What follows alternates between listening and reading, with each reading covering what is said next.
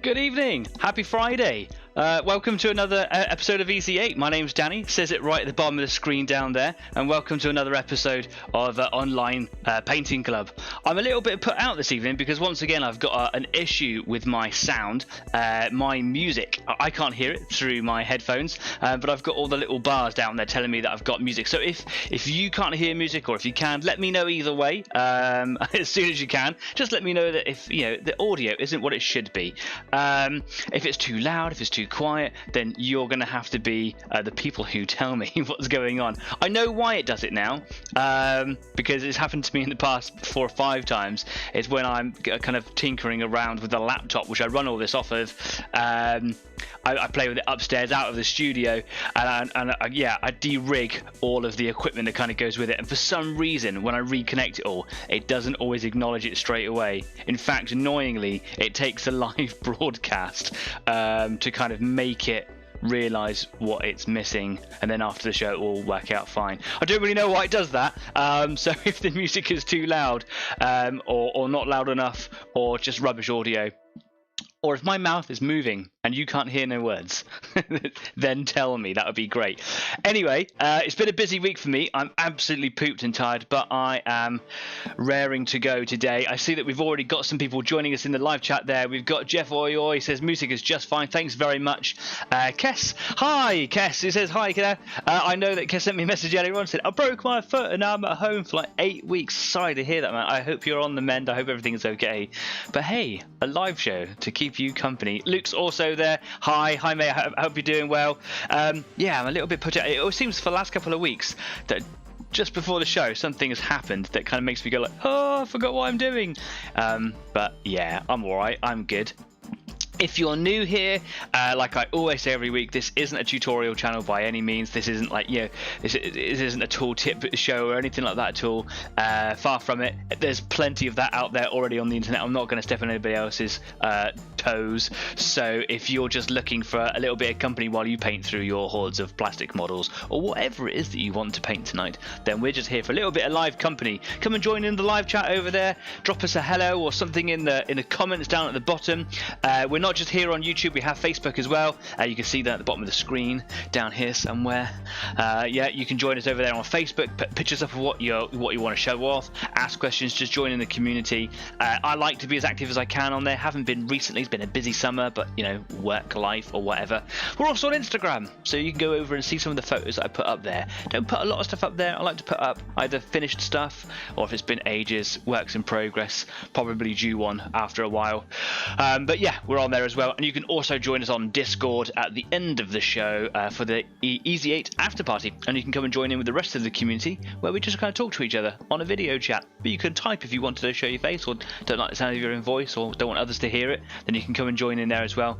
I'm typically on there for about half an hour to an hour after every show, and then sporadically throughout the week, so you can come and join us there too. If you do like what we do, or even if you don't, please like. That would be really helpful. Or follow us, or even subscribe. That would be wonderful. Every little bit that you do helps me grow this community and this channel, and I would be forever in your debt and really appreciate it. So yeah, please spread the word, subscribe, hit the bell icon down there somewhere, so if you happen to miss one of our shows, it will remind you when I go live. There you go. Never miss one again, unless you're doing something really different. Anyway, would love to know what it is that you're doing. It's really weird, that music. It's just me in a room by myself talking to myself. But I know you guys are there, but you know what I mean.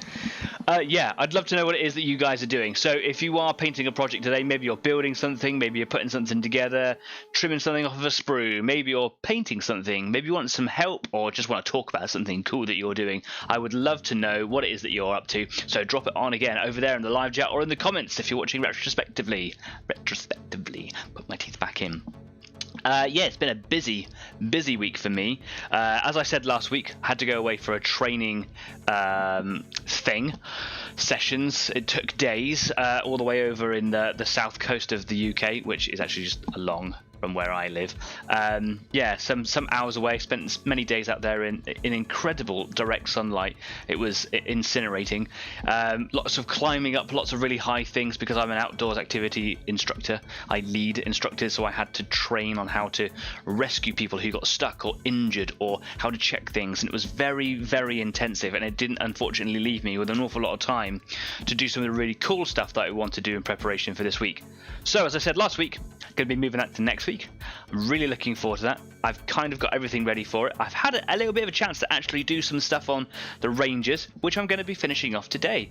So without further ado, and wanting to get stuck in, let's take you over to my workbench. And yeah, hopefully everything looks and sounds fine. I've just kind of got all of my little legs here just all lined up, and I was tinkering around with some effects, the different types of paints that I've got for cracked earth. I just kind of wanted to see what they were like if I mix them or whatever. So this is the Green Stuff World crackle paint, which is wonderful stuff. You have to put it on quite thick. This is actually 2 coats, so I put on a layer, let it dry, then put on another layer, and they actually do seem to affect each other. It's quite interesting. This little glossy patch here is actually the crackle medium from Vallejo, which I've never really used. I keep on putting it out and experimenting around with it, and I have managed to make it crack, but it goes really, really thin. And you're not supposed to shake it, which I did, because if you shake it you get air bubbles, and there's actually an air bubble right there, which is interesting. You're supposed to be able to put this down, let it do its thing, and then paint whatever colour you want over the top. It is clear, so I just tried to see what it was like, and it hasn't done anything there. And the stuff that I've done in the past with it, it's actually been like really fine cracks, like this sort of stuff down here. So I thought, wonder what happens if I mix it with the other paint, and that's what you get there. Almost identical to that, but ever so slightly glossy. If I shine it in the light there, you can see it's like a semi-gloss on it, which is just kind of weird. I was just playing around. I had a few minutes, and yeah, there you go. So it was just because I've been playing with the Marshal, which I painted a few weeks ago, and if you remember rightly, if I pop him off his legs there, I was just kind of playing around with the base on here, just kind of playing around with some textures, different colours. I've dusted his legs up. I don't know if that comes across very well in the camera, but I was playing with pigments. I've still got a ways to go to really perfect that kind of ground colour. It's toned down a lot from the raw colour that comes out the bottle, which I like that colour, but it's a bit flat on its own. So played with some stains, some pigments and things. I basically wanted that Martian earth colour. I wanted it toned right down, and I wanted like a hint of ochre dust to come through, which I've got quite well. I need to get better at it. Yeah, interesting. When I dusted the legs, I was pretty happy with that. And then I dusted his cloak, and it didn't come off at all, because the cloak is actually identical colour to the ochre pigments that I was using. But, I suppose that's why they would probably make their cloaks out of that colour material. Anyway, right? So, yeah, did some basing, getting somewhere to what I want it to look like. I quite like experimenting, but I do like it to actually have some sort of result. So I've got my Rangers over here. I've done a lot of silver work with them recently, so I'm just kind of pressing on with this monotonous task of just getting through all their heavy work, which is often enough to kind of want you to stop painting or make you stop painting, which is what this show is all about, just to kind of get through. Got some comments going in. We got Kess saying, I am waiting for some battle mechs to arrive to paint. Yes, a little while ago you said that you're waiting for those to come on some sort of really extended order. Some new sculpts for Battletech. Would love to see those when you get them. Luke says, getting called away. I'll see you on playback. See you in a bit. Take care, mate. I hope you're well. Stay safe. Be kind, etc. That's the end of the show for you. Take care, Luke. Kez says, air bubbles could make for some interesting bases. Yeah, I don't know what I would use them for, and there are other ways of achieving air bubbles, and I think that using that stuff to deliberately to get air bubbles is probably better ways of doing it. But you're right. I think it would take some experimenting, but yeah, there's probably better stuff that you could do it with for sure. And then Darren's joined us. Evening. Hi, Darren. Thanks for coming along. Already dry in the mouth for talking too much. Just gonna drink my tea a minute. Yum. So, I'm not going to talk about the top secret project, the exciting project that I want to do next week until after the intermission. So, if you are here for the evening or just stopping by, it's going to run for 2 hours, have a little 10-minute break in the middle, and after that, I will talk to you about what my exciting project is. for next week. Yeah, I'm really stoked. Yeah, that's all I'm going to say for now. Anyway, let me get my Rangers over here. They are still on my archers. Here we are. So, let's pop off this guy here because he is the alpha. He is essentially the sergeant of this group, if you want to have an analog for it, sergeant. So what have I done this past week? I've done a lot of the silver work. So I went over some areas that looks a bit patchy. Some of them I've got a little bit of overpaint where I've not painted so neatly, but only in a couple of tiny areas. And I was able to hide a lot of it because I also went ahead and did the staining for it, or I call it staining, but GW calls it shading, which I use watered down Basilicanum Grey, which, as I've said before, is the Citadel contrast colour. It's a brilliant colour, and it really helps dull down the silvers, but without kind of dulling them off to look rubbish. They still kind of maintain that kind of bright characteristic, which we really like from our metallic colours. I find metallic colours troublesome at best, but this Basilicanum Grey helps me get the most out of it. Staining with Nuln in the past, I've had a lot of problems with it. It runs away, it goes out of control, it gets too heavy, it doesn't do enough. It has a lot of coffee staining, if you want to call it that, or tea staining, where it kind of dries with some sort of water tension and leaves you with a ring of colour, which is not what you want at all. There are ways of getting around that. But I find the best way for me is just by not using it. Sorry, Nolan. Yeah, you can break it down, basically, but why? Just realised there's a very, very bright patch just on his pauldron there. I wonder if I can... Yeah, see that? That's where it's just missed ever so slightly, so you can see the difference between the Basilicanum Grey and the silver. Might make that work to my advantage. I didn't know what colour to paint this guy's gun. It looks like a Nerf blaster. It looks like that really common blaster that you can get in the supermarket. Yeah, gonna try and make it not look so nerfy. There's very little areas on it which could be painted wood, which all of the other rifles are, at least in my interpretation, are designed to look like they are wood, or with wood parts on them. But I think that for the most part this one's going to be metal with probably brass or bronzy colours on there. I was thinking about maybe painting the actual body of the gun like a gold or a brass colour, and then leaving the barrels metal or silver, or the other way around. I'll let you guys decide. You helped me make some good choices with these colours so far. So yeah, should I paint the barrels brass, or should I paint the gun brass, or any other ideas that you can think of? And then of course he's got this taser goad here, which is basically a sword come cattle prod. Again, I'll probably paint that a mixture of brasses or whatever. Didn't paint the hoses on this guy because I was in a state of indecision with it when I got to those last week. All the others are painted hoses. I painted them silver. I would like to actually paint them black to make them look like hoses and just differentiate them from all the other metalwork on there. So yeah. So what am I going to do today then? Well, there's a lot of gun work to do. This gun here, maybe a sword as well while I'm at it. All the other rifles have got wood on them, so I've got to do that as well.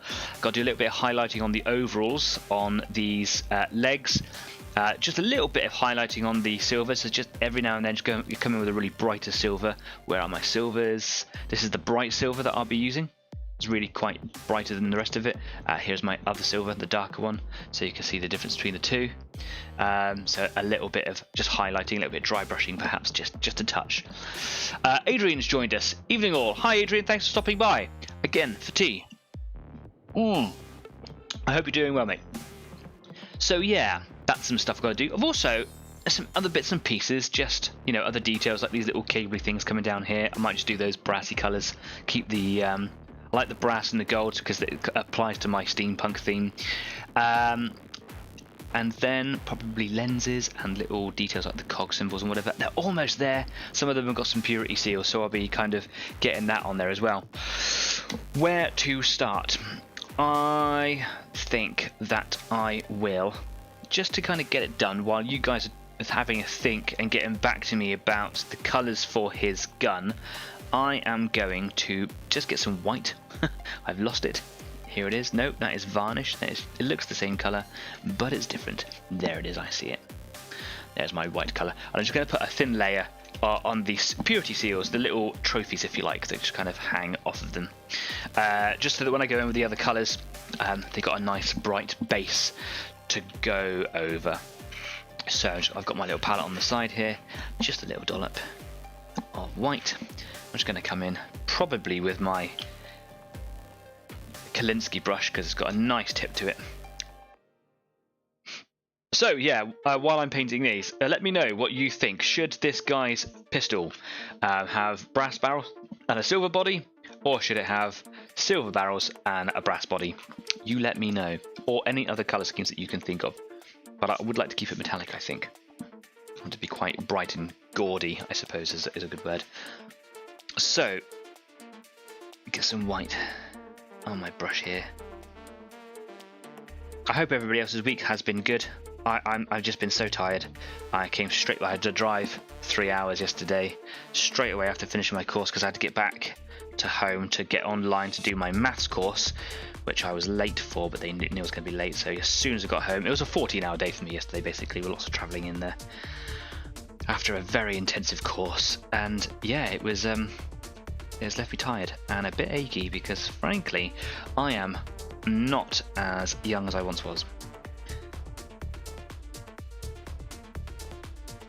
But it was really good, really sciencey, really physical as well, and really informative.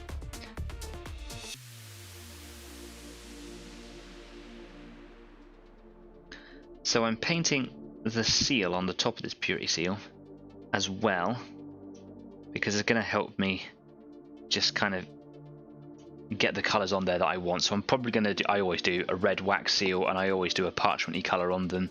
I don't really care what army I'm painting. If I'm painting purity seals, I always like them to be consistent and the same. I'm also probably, while I'm here, just going to paint this cog symbol white, and I'll do a couple of coats on that as I pass, because it's going to be half black and half white.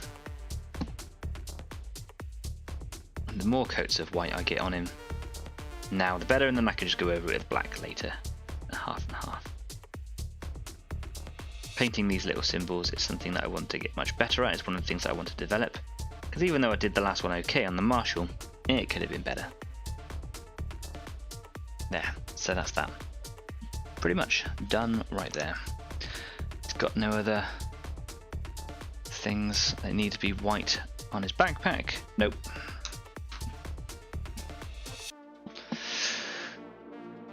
So Kez says brass gun with silver barrels.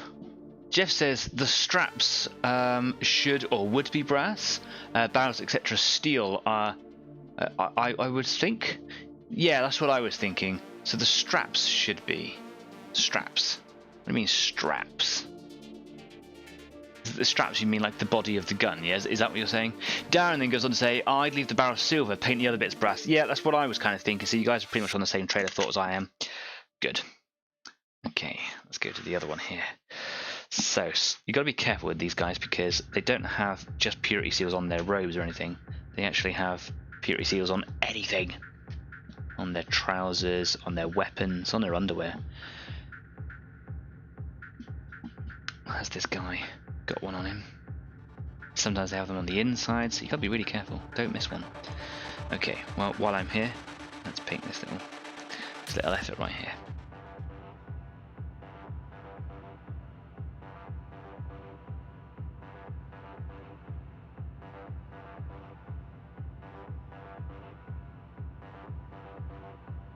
I should have probably painted all of that silver there, because actually now I'm painting it.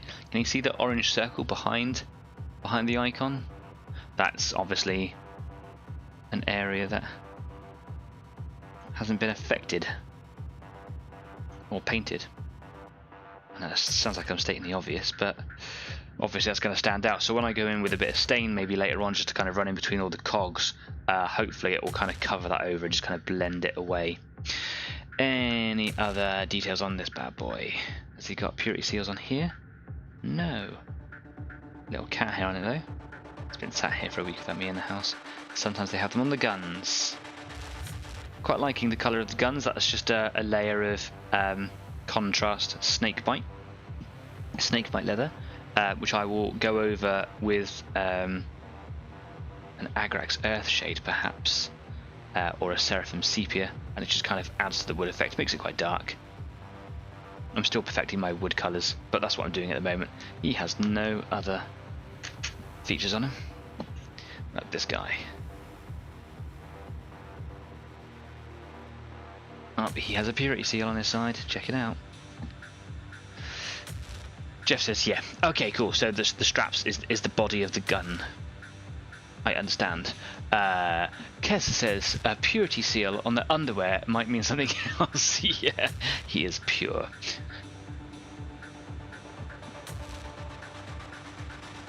Yeah, good call.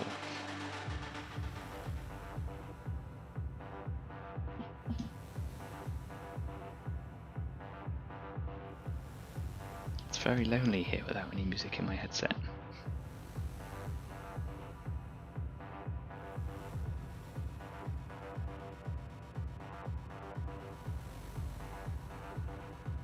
Gotta just make sure I get around the back of this as well, because it kind of stands off a little bit from the cloak.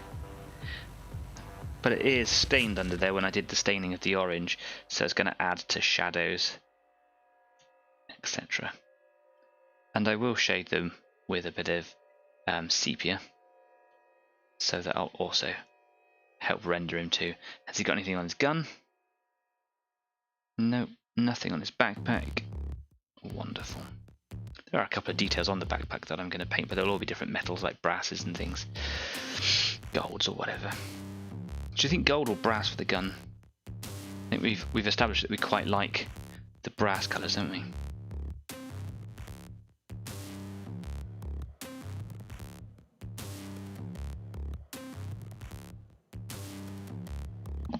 It's probably a bit too much paint on my brush there. Let's just work a bit of that off.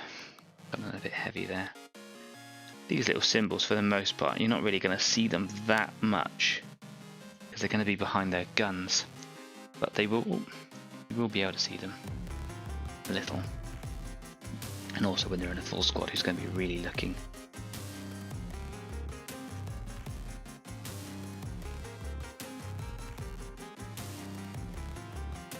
Very excited for next week's project. Oh, I can't wait to talk to you about it. Can't wait to get your feedback and what you think. And of course I can't wait to just get stuck in. Okay. Could also probably some little dots in their eyes, can I? To help the blue when that goes in. Let's get a finer point on my brush. Let's do that. I'll go back over the other guys in a minute as well. The ones I've just done.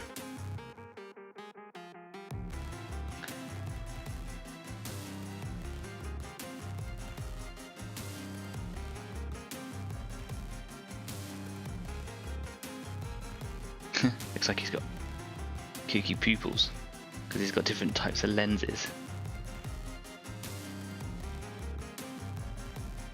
There we go. It's actually some pretty shabby painting from me there, but at the moment it doesn't really matter because I'm going to go in and highlight the silver, so where I've kind of gone over the edge there, I'll bring that out in a bit. I'm going to wash my brush off there because it's starting to dry a little. Says maybe gold and brass could make a nice look. Yeah, I think on such a small detail though, two so very similar colours, especially metallics, might not necessarily show off so well together. Certainly worth playing with though, isn't it, and having a little look.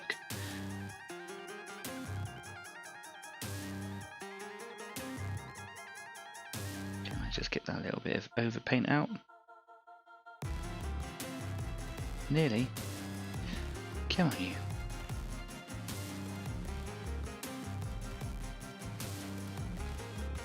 No, okay, cool, whatever.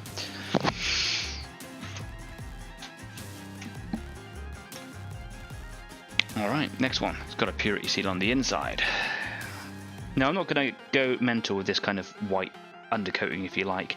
It's just taking the colour back a little, so that when I come in with the colours, it just gives them something brighter to shine through, rather than painting over dull colours, as I'm sure you're very aware. So I'm not going to do like 2 coats of this white unless the white itself isn't doing very much against the darker colours. But this here is probably enough. Where I am going to have to go over with a couple of layers is on the cog icons, because it's not necessarily an undercoat there. That's actually the white that is going to be on display.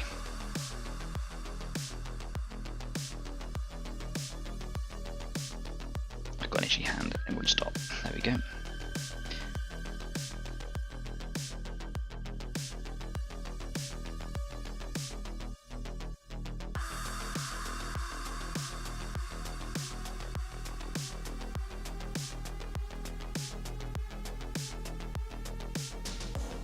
Lovely. Any others on him? Has he got any more? It's very likely that at least one of them have a couple. Also, look, just here, that's a little pouch. I'm going to paint that so I can go over it with some snake bite perhaps, and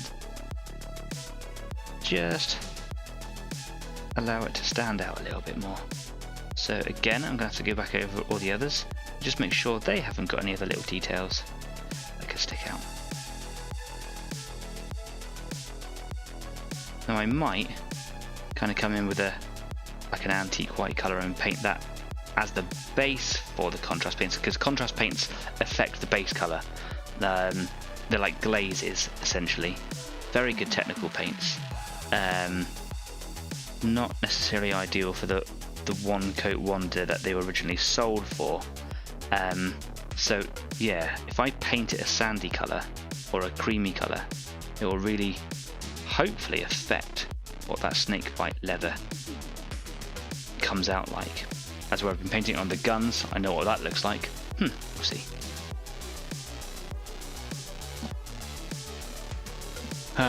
Jeff says gold can make a nice highlight for brass, to which Kev says, oh, that sounds good. And then Jeff says brass for copper highlights. Oh, okay. These all sound like tricks of the trade that you've learned over the years.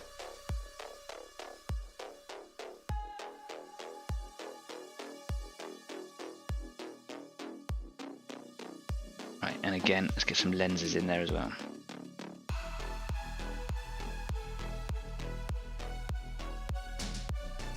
Nice and steady, please, Danny.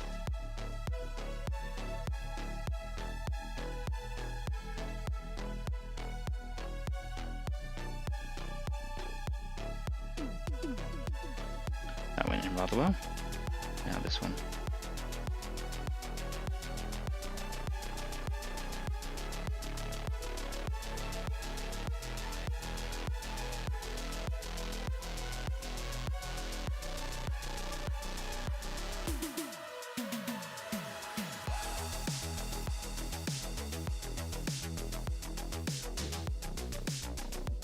I think it looks kind of cool. Right, so that's that guy. Nothing on his gun, nothing on his sleeve, anything on his backpack. No, okay.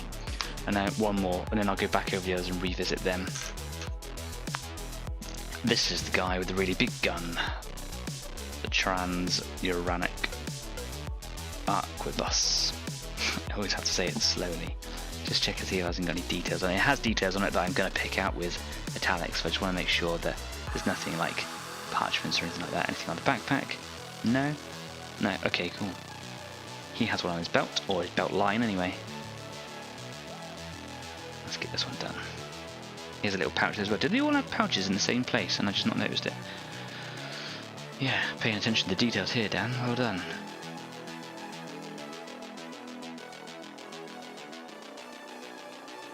See, this is one of the bits that really not kills the passion for it, but the monotony of this bit of trying to find all those little bits and making sure that all the little details get all of the attention. Knowing when to stop is also a big factor, but it really stops me dead in my tracks with motivation if I'm not careful. I just have to know that not everything has to be painted in a different colour or in a different way, or, you know what I mean? It's about actually having a limited palette. I don't need to have 60 colours for one miniature.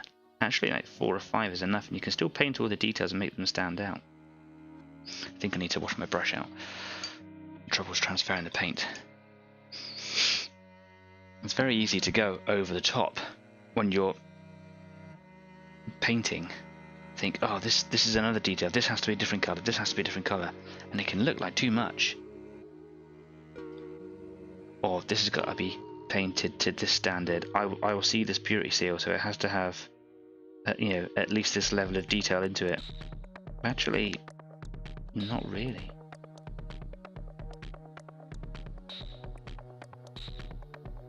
As next week's exciting project we'll cover a little bit more on. I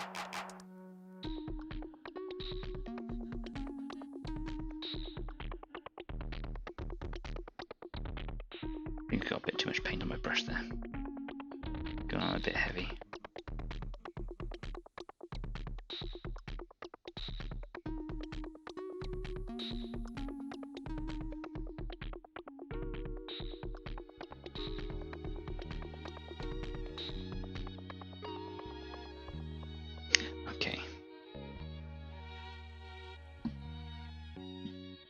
Got a little pouch here as well.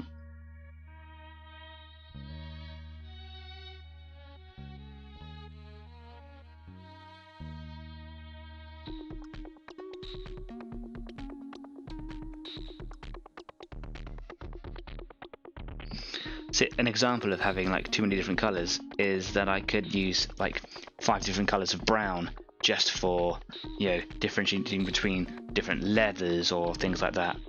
But actually, the one brown that I'm using, which is the one for the guns, for, you know, the wood on the guns, the ones that I'll be using on, you know, for, you know, the leather or gloves or things like that. It's not necessary to have a million different colours for it. If it was in a larger scale, then perhaps, especially also that he's rank and file squad, it's not like he's a character either.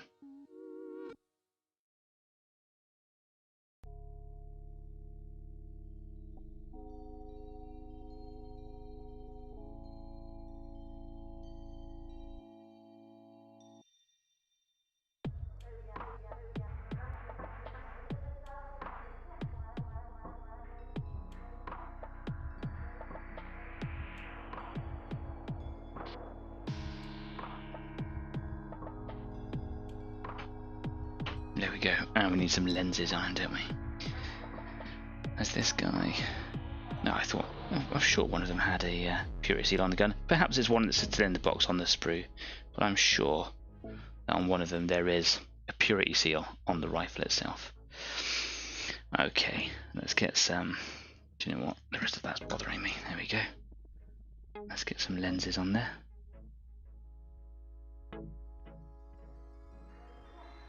I'm gonna do this one up here as well.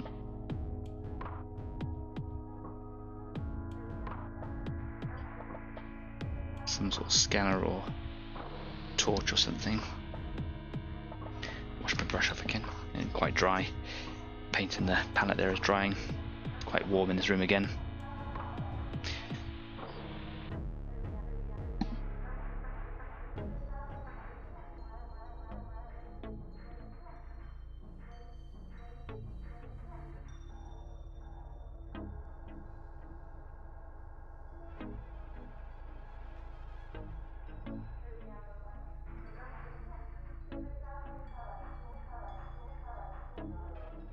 Okay, there's that. Little check here. Actually went quite heavy with the Basilicanum grey on this one, but a little bit of dry brushing, highlighting later on, I'll bring that back out. Okay, back to the beginning again then.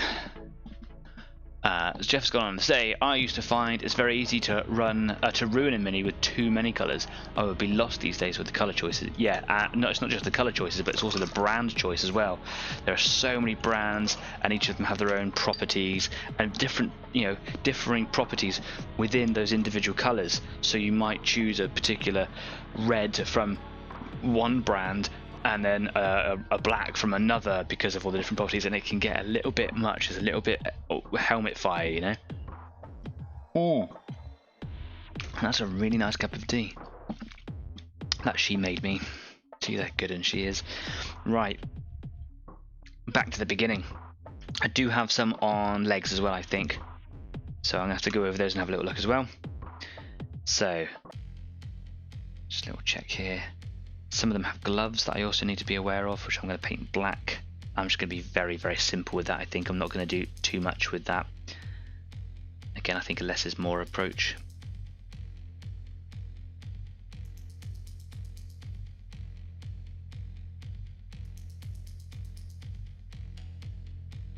So on this second pass, I'm just looking at doing missing lenses, bulbs or whatever, and the cog icon again.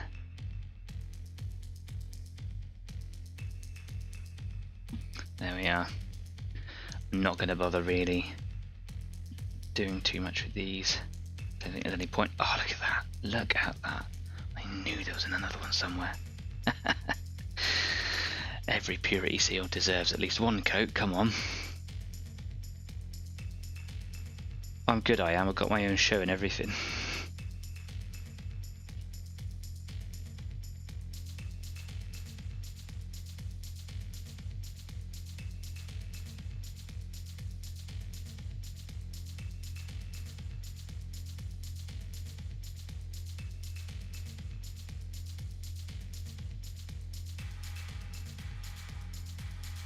Sneaky little detail.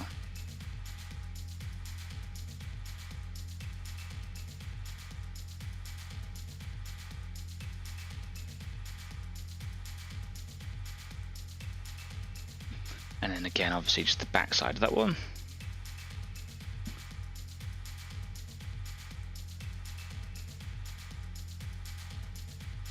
And around the edges.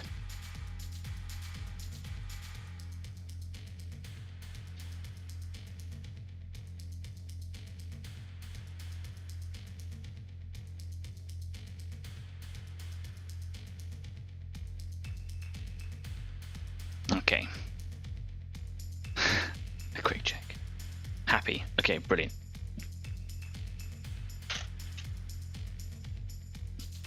A quick run back through them all, just to make sure. No pouch on him. Does need some lenses. Let's give him some lenses.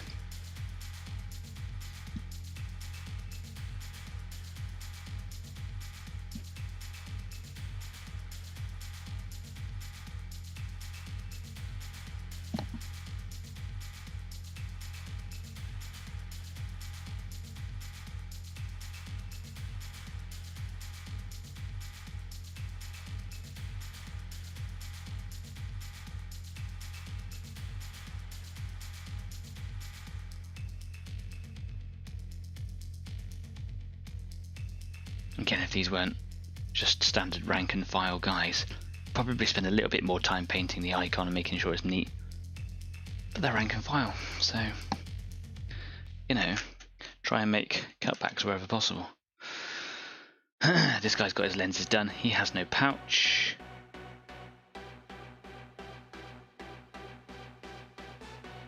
So it's just a case of getting that cog done. Don't think that needs any more attention. Wonderful.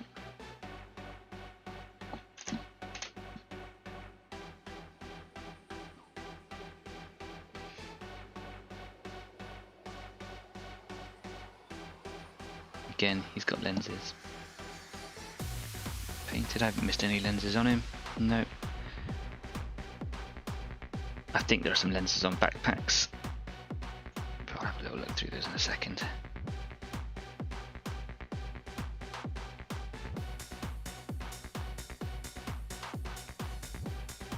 It's quite worth, I don't know if that's actually a sentence, but you know what I'm trying to say. I think it's quite worth it to go through them several times like I am anyway. So if you miss something, then your chances are you're going to pick it up.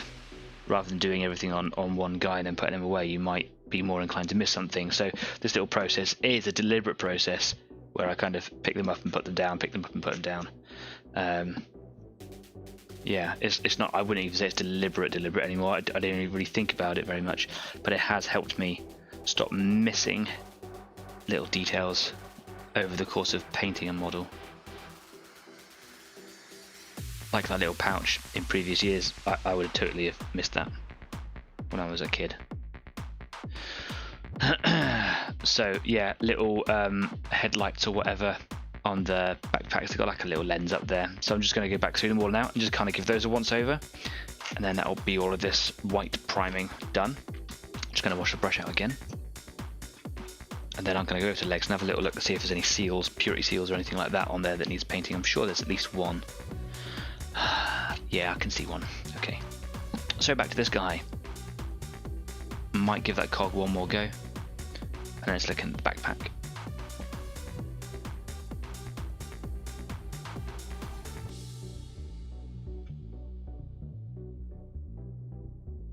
Because this guy hasn't got arms that are going to cross over in front of him holding a rifle, that symbol is going to be a little bit more on display than all the others, so actually making this one look a little bit nicer is probably going to be a smart move.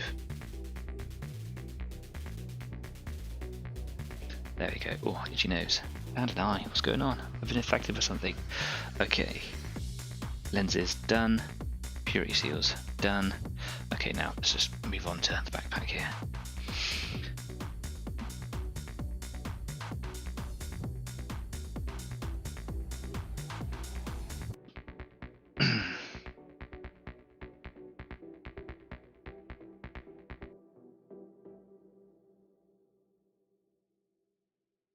It's just a little detail, but it's one of those ones that will probably look quite nice in the end, because it just little bits and pieces just break up this whole chunk of silver.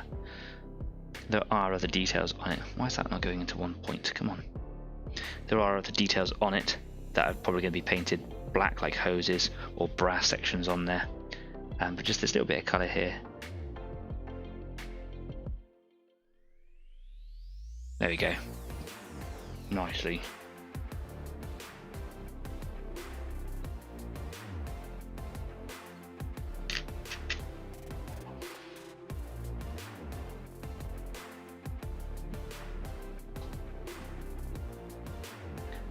Another little lens just up here. I think they all have them.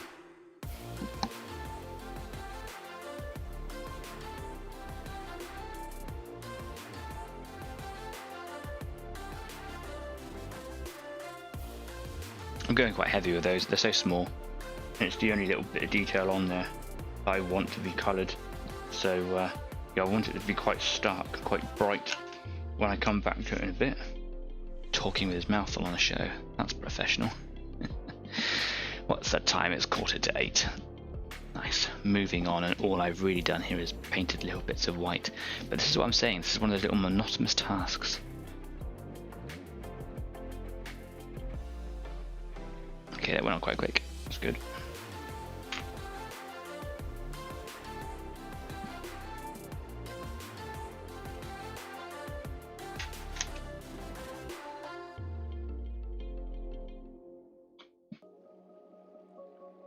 I don't know if you remember,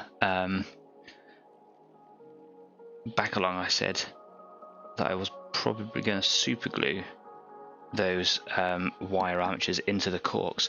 Glad I didn't do it, because actually it's been very handy to sort of pop them out and do what I'm doing right now.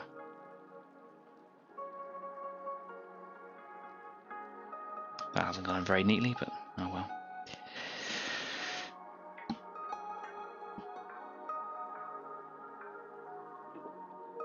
There we go.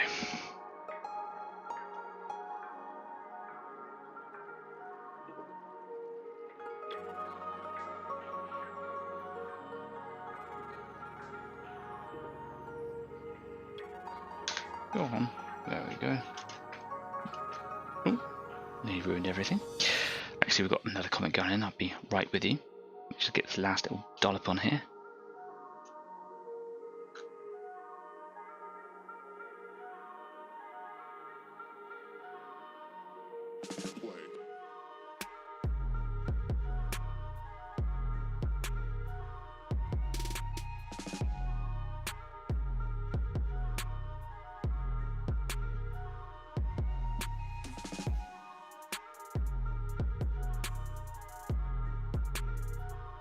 Lovely.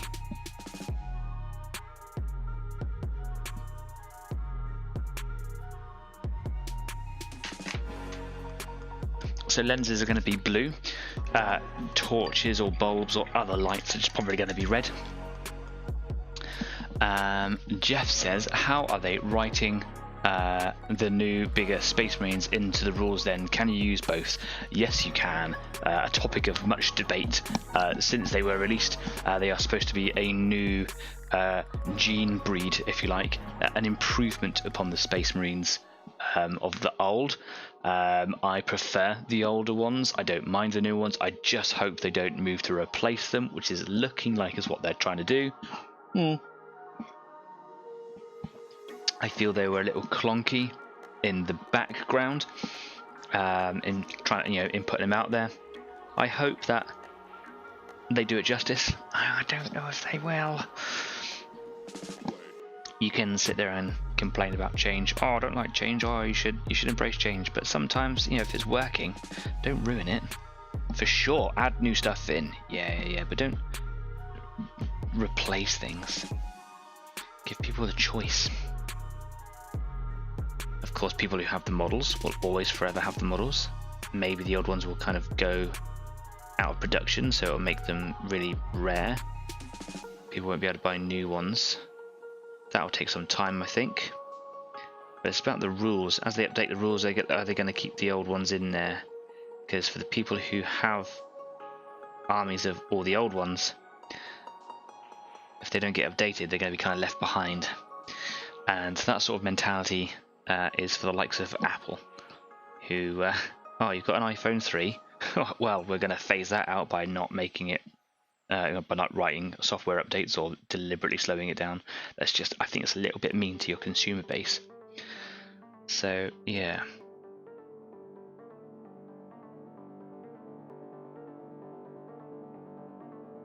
I like Games Workshop. I like Warhammer.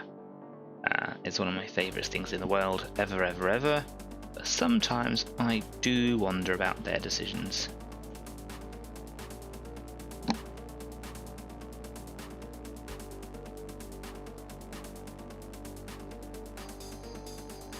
For sure, you do need to keep things fresh, and you do need to bring a new consumer base into play. But you shouldn't trample all over what has given you success.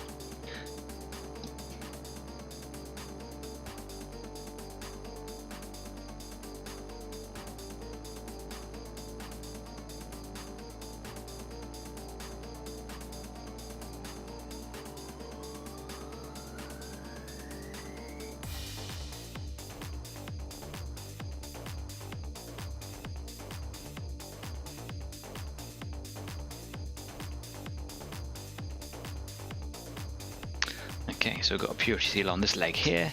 Just checking all the other ones. No purity seals. Giant cat hair, of course. What would a week be without a cat hair? Ah, purity seal on this one. What about this one here? Nope. Okay, cool. Wash the brush out. I actually need a little bit extra white paint. I've just run out. No dollar. Okay. Almost there, and then I'm going to probably do some silver highlighting, and then I'll probably go to guns, I reckon.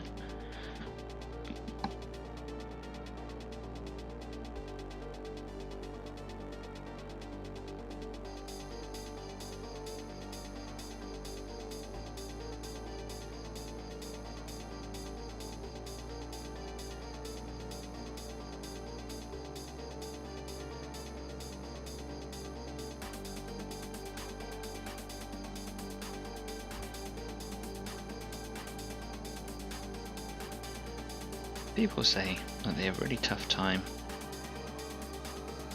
putting coats of paint over metallics.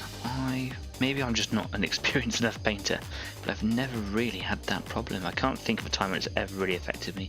And here I am painting white over a darkened silver. And I know I'm just giving it a light coat to paint another coat on later on, but I can't. Maybe it's just my noob hands. I'm just not seeing it. Just not seeing how it's a problem.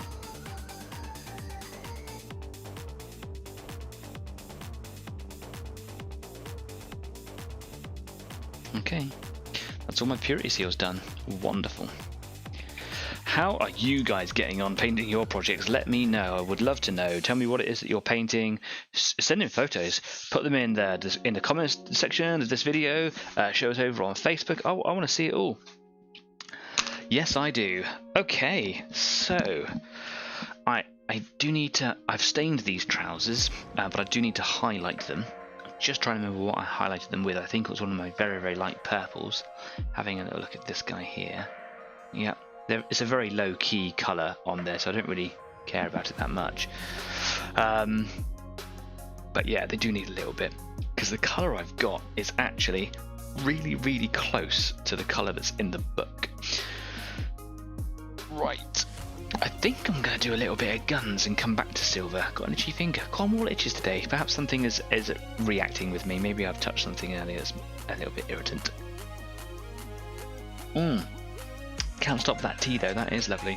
So here is the snakebite leather that I use as a contrast. It requires a good shake. And like I say, they are affected by, the contrasts themselves are affected by colours that are underneath them. They're not clay based, they're quite chalky. So you do need to give them a good shake to make sure that you're kind of activating them enough. I went out a little while ago and I did buy some contrast medium, which is a glaze that changes paints that you mix into them. So if you've got another paint that isn't a contrast colour, you could add this to it to make it contrast in nature. I don't think it's going to be as good as actually getting contrast colours themselves, but well worth playing around with. It gives it the properties of. So if I wanted to, I can play around with that sort of thing. I am now going to have a little look at. I've got some Seraphim Sepia. I've got Agrax Earthshade, and I've also got Reichland Fleshshade. These are 3 browns. The Reichland is a new one that I got recently. These are all shades of brown, and they all have very different sort of qualities to them. The Agrax is a very, very dark brown. It's very aggressive in its darkness, if you like. The Seraphim Sepia is a really light brown, which is really good for doing parchments, which I'll probably use on the purity seals. And then the Fleshshade is a quite an orangey one, which is really good for, well, flesh colours. Has a host of other things that you can use it for. I've actually been using it for staining the bases on these guys when all the kind of the Martian Earth colour is down.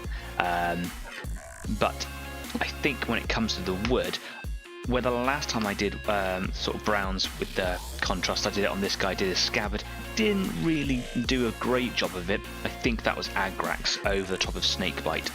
So what I'm going to do today is I'm probably going to play around with a little bit of sepia on those guns and just see what happens.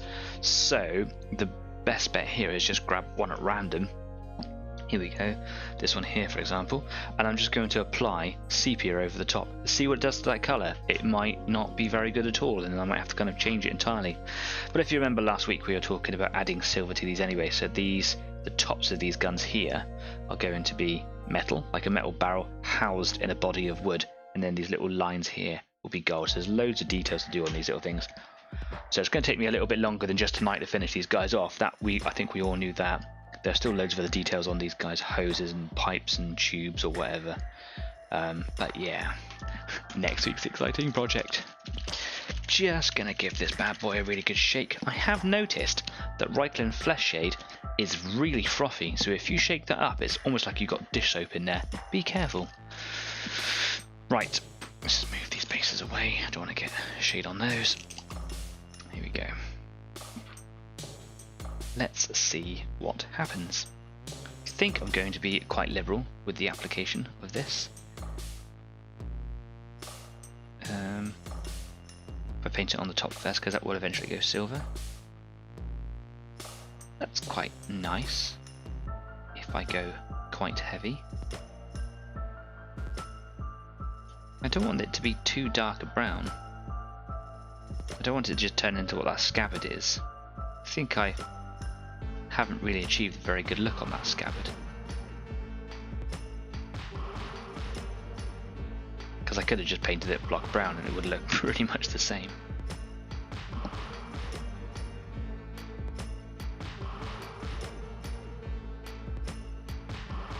What I'm looking for this is it to kind of run in around some of the other details, make them pop and shine a little bit. There are obviously lots of metallic features on here, but I'll pick all those out another time.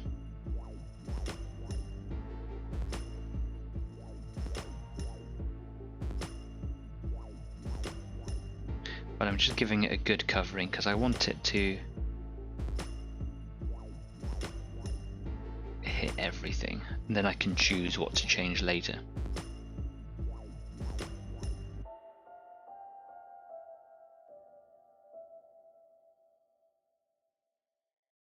There, I'm being quite heavy with it, so I'm actually kind of pushing it out of the bristles. Applying quite a bit of force there to the brush. And I'm just going to wait for that to dry just a little bit while I'm just playing around with it. And then I'll come back and I'll lift some of the excess up with a bit of capillary action from the brush, because I don't want that just to be a big blob, but it will dry like that if I'm not careful. With contrast, you've got to be a bit quicker, but it's a similar sort of approach. I'll have to come back and do like a second pass over them, perhaps. That's probably what I'll do. Now, looking at it now, been sat here looking at it for a few minutes, I don't really see much difference between what it started out to what it looks like now, so I'm going to compare it side by side with another one.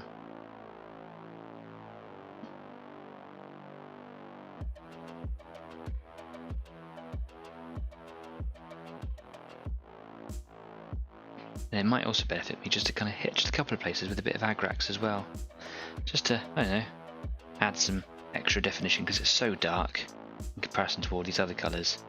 It might pull out some of the other recesses or whatever. So if I do like a little comparison here,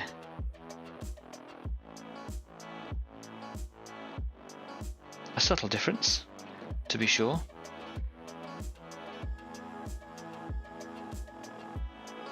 I'll make another pass, see what happens. I've only got 4 guns to do because the little pistol guy doesn't really have any wood on his. So yeah, do you know what I'm going to do? We're at 8 o'clock roughly, so I think it's pretty much time to have a little break. So I'm just going to carry on doing this for a minute. I don't think I'm really going to stop for much of a break. I haven't really done an awful lot today. But as always, we have a little 10-minute break in the middle of the show. I hope your projects are going well. I've had quite a few messages from people today saying, oh, I'm not going to make the show today, so I was expecting a quieter one. But when some people have not turned up today, we've had others that we haven't seen for a while show up. So thanks, Kez, and others who have shown up we haven't seen for a little while. I was expecting a quieter show.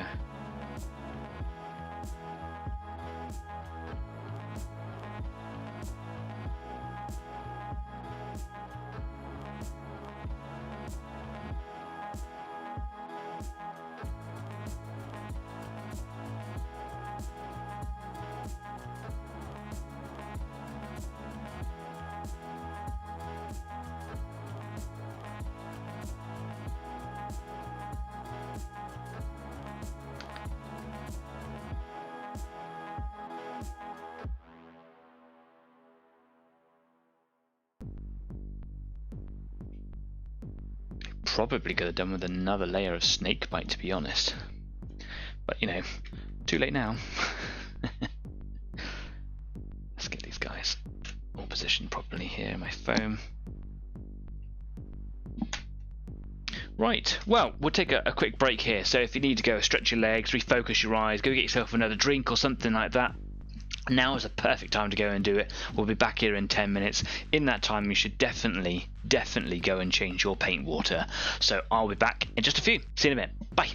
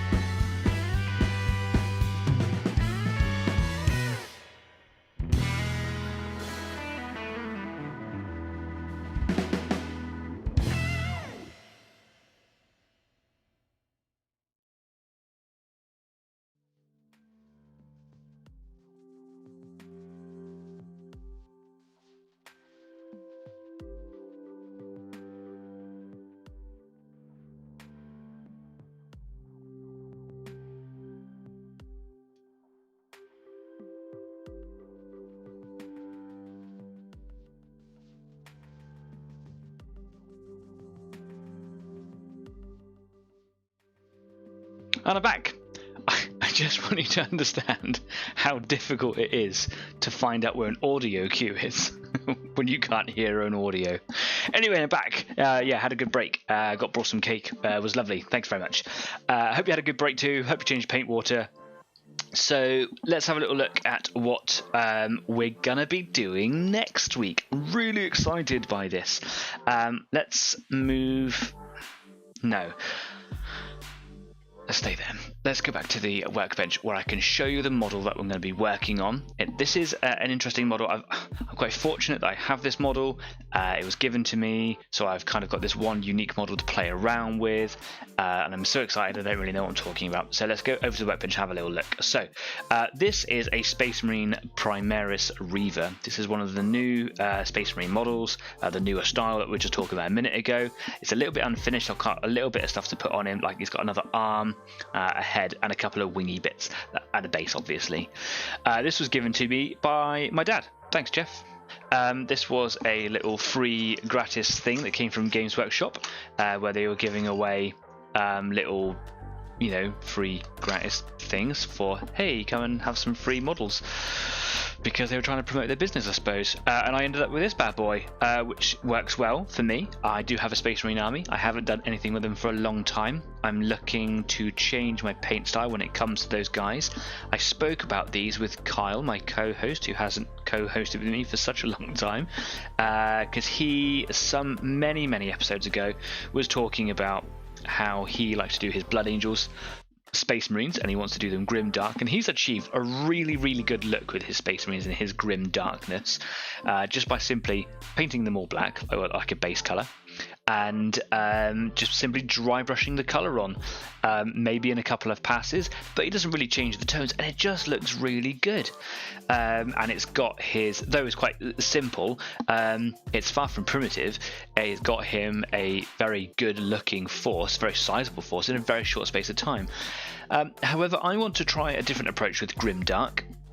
So I've been looking at different styles of how to achieve grimdark schemes over the past couple of months, and I'm ready to step into the world of it. So I have been doing a lot of revision through another YouTube channel, which I haven't got linked because I have very little time to prepare for this this week, but I will put the link up next week. But the Grimdark Compendium is another channel on YouTube, and I implore you to go and have a look because it is fabulous. Basically, what I'm going to be doing with this guy is painting up in my standard color scheme, which is the Raptors chapter, which I just love everything about them. I love the look of them. I love how, in the lore, the background of it, how they are. They're basically just sensible Marines. Marksmen, jungle fighters, I like it all. And I tried to bring elements of that kind of Vietnam feel into my army construction, so lots of flamethrowers and things like that. But I want them to look grimdark, but still have that sort of look that was my style. So grimdark Compendium has shown me how to do it, and I have pretty much all of the tools to do it straight away without actually having to go and buy anything. I did go and buy some isopropyl alcohol, 99% alcohol. You can buy it from Amazon in bulk if you want to. You can get it anywhere from £6 to £10 per litre, and it doesn't take very long to come through at all. That's going to be useful for cleaning up pretty much anything, but it's going to be used directly for affecting acrylics. And I'm also going to be using enamels, which I already have a shed load of, for doing all my tanks and World War II stuff, which I haven't done for a long time either.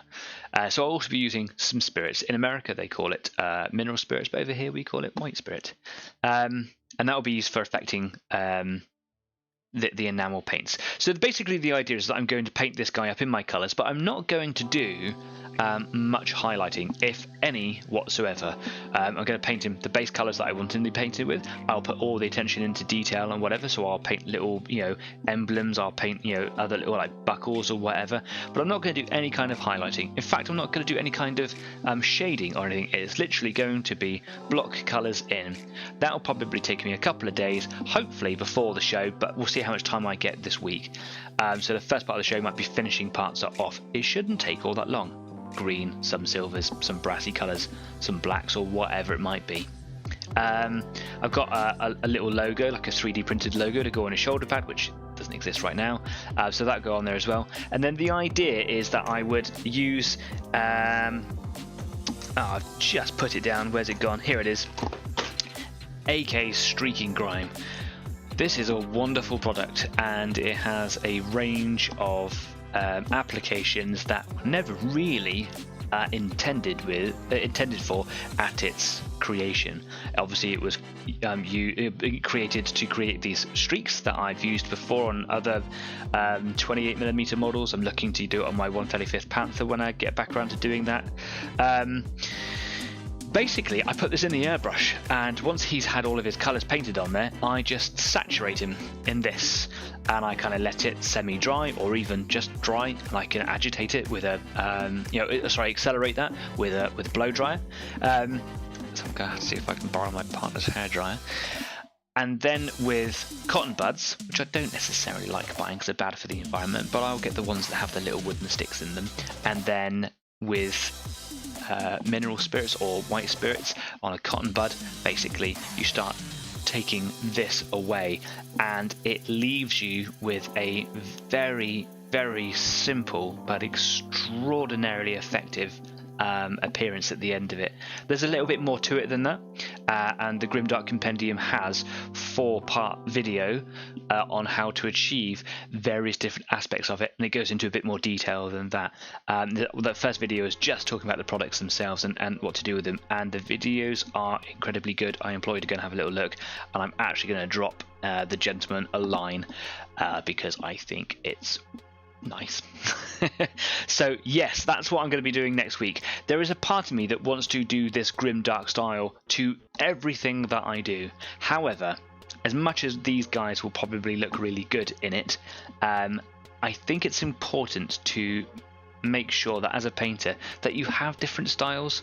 So with my Tyranids, they're not cartoony, but they are very bright and they are quite cheerful, and I quite like the juxtaposition of terrifying beastie bright colours, but they still look quite, I know it's not realistic, but they still look like that there's an element of realism to them. With these guys here, I like the starkness between, dull base colours. I like the bright orange, and I like all the gaudy steampunk colours.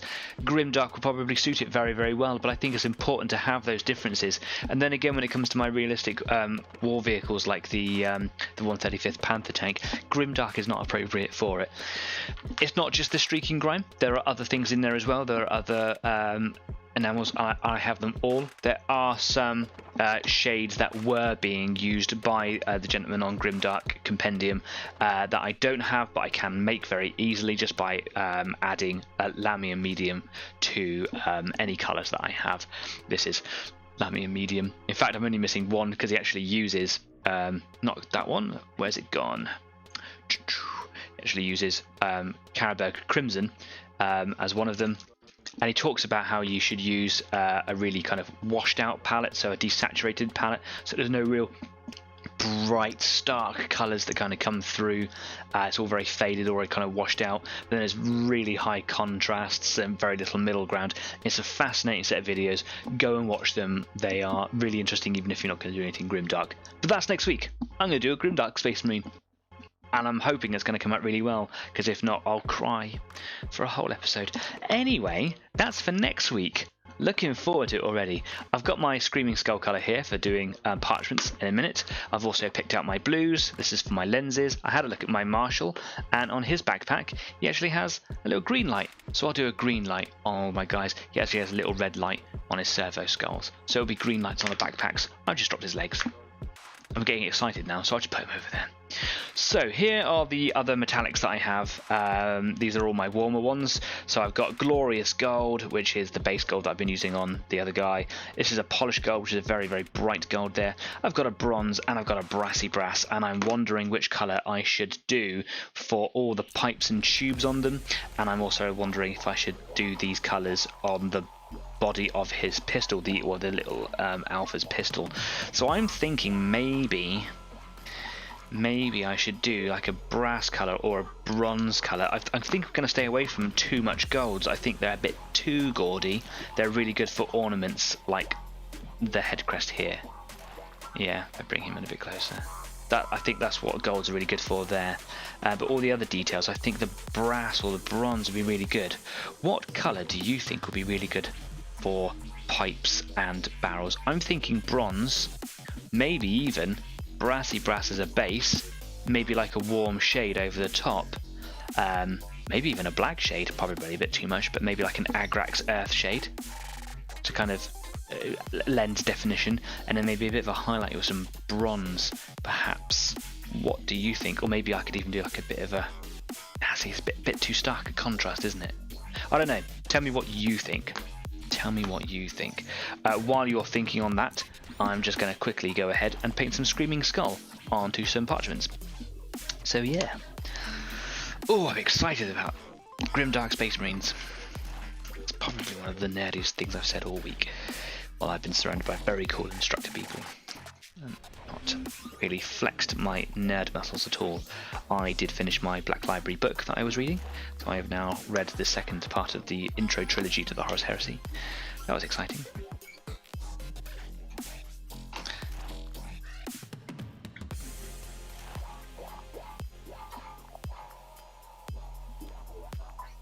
Right, I want to get these on quite smoothly and quickly.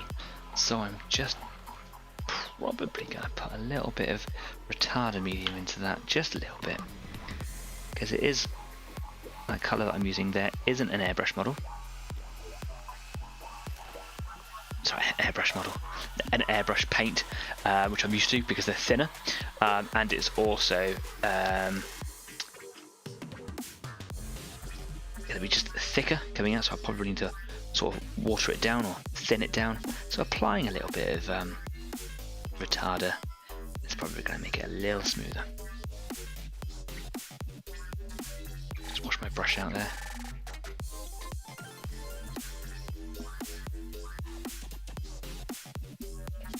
Okay. Let's get back to the alpha guy. I'm just going to get these done as quick as I can, but without compromising on quality. I'm hoping that one good coat will be enough. If I have to do two, that's fine. They are going to have a sepia wash going over them. Might require a second coat. That's fine.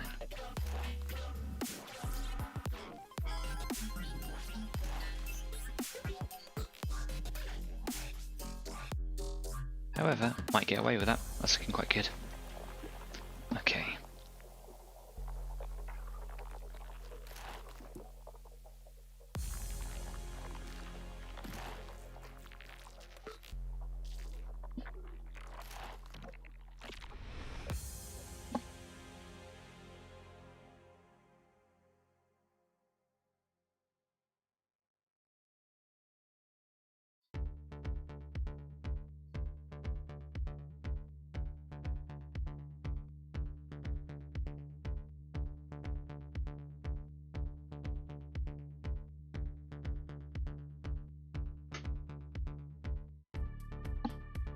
It's a nice little bit of detail actually, it's kind of just breaking the model up from one of its colours.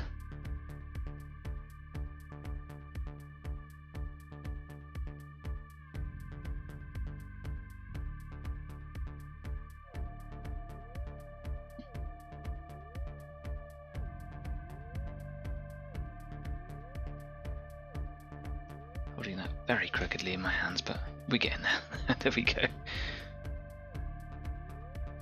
Lovely. That was nice and quick. On to the next guy. Here we go. Does he have any seals on him?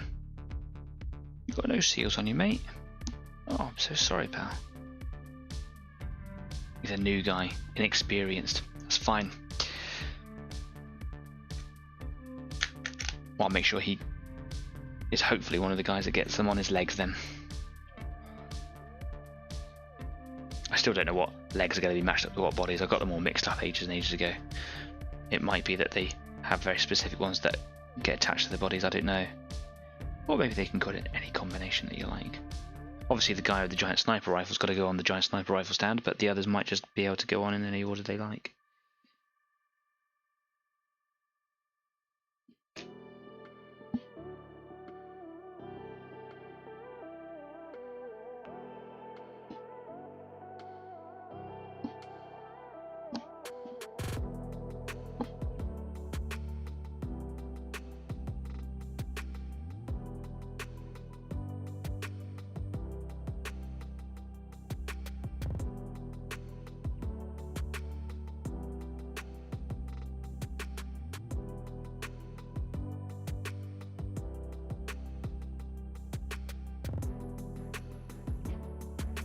Lovely.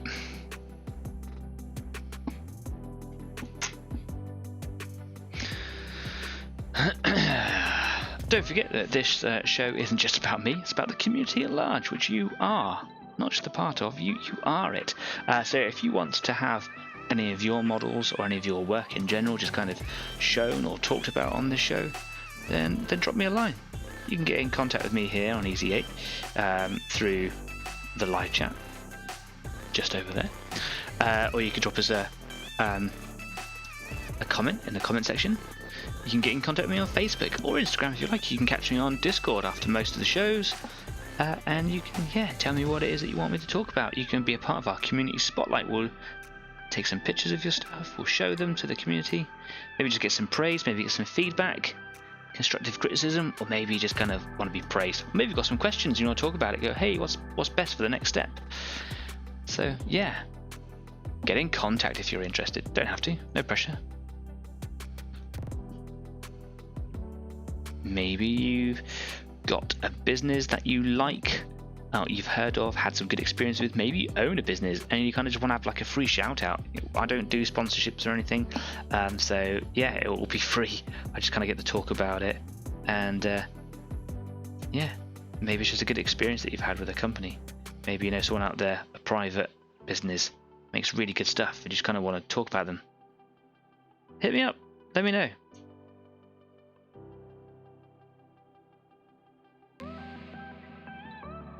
And I'll talk about them for you.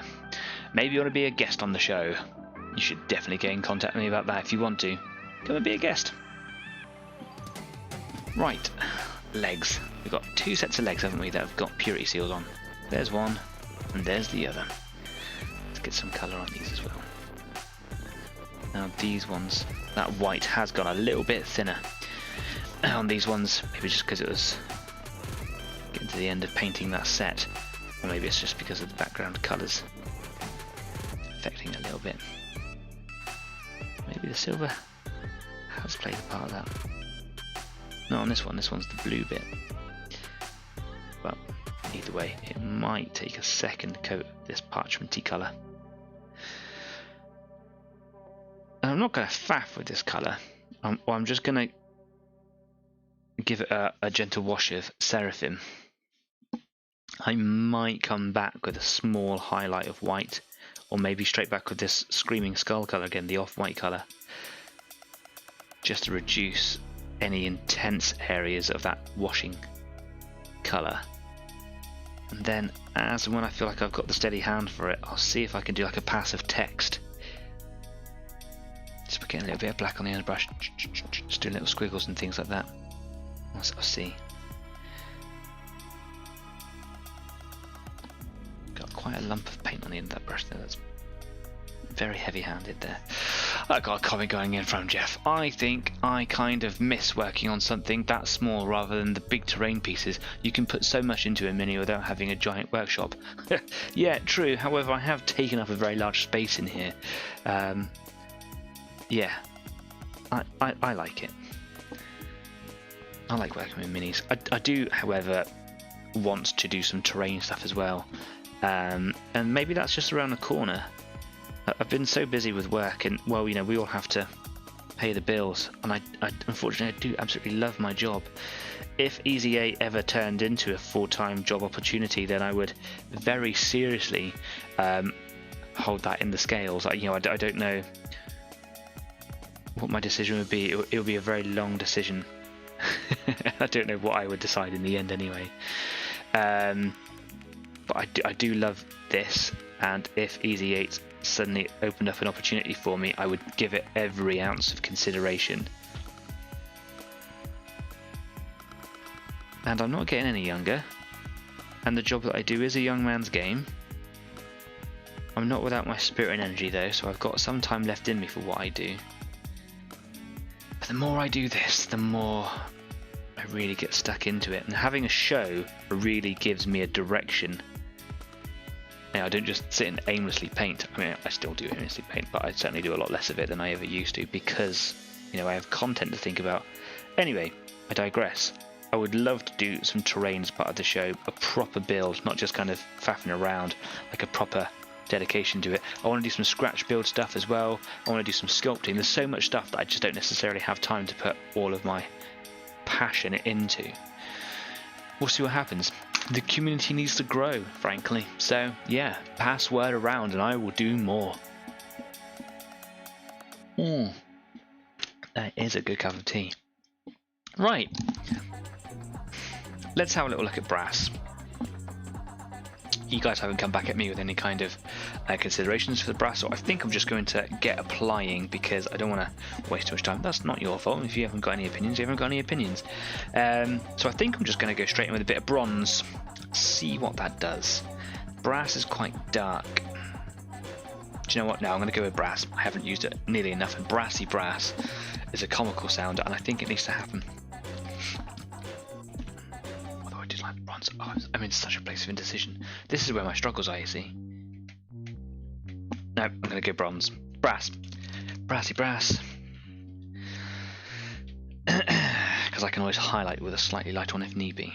Anyway, let's get a dollop of that in the palette. And I'm going to come back in with my Kolinsky, which is doing me really well at the moment. I'm really chuffed with this brush. I might get some others, the smaller sets of them. This is a number 2. I'm deeply considering getting a 1 and a 0. I think they can even go down smaller than that as well. Kesslin has said, I would love a workshop for a painting / building area. Yeah, wouldn't we all? There are places around for it. It might be a community effort or a bunch of people paying into a place. And then of course you have to think about security if you're going to have any decent amount of stuff. I'd love to have a workshop come studio. I do like having the studio in the house because it means I can finish and go upstairs and see my partner and not have to be in town or somewhere like that. Okay, so I'm looking at this brass colour and I'm thinking about painting it onto the body of the gun, aren't I? Here we go. It's quite a thin paint. It's got no thinning solutions of any kind in here, so I will more than likely have to come back for a second pass, but that is normal and should be.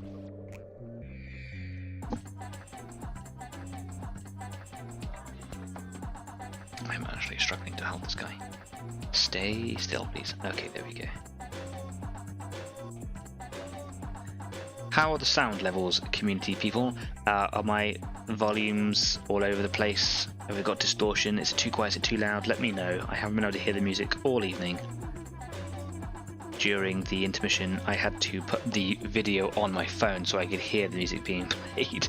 So I had a rough idea of when my audio cues were. And then I just had to watch little level bars.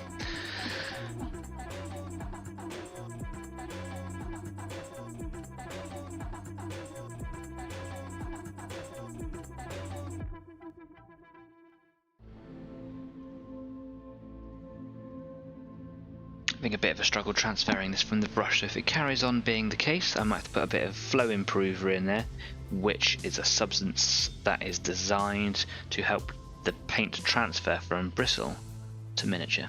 It might just be that I didn't have enough on the brush, but yeah.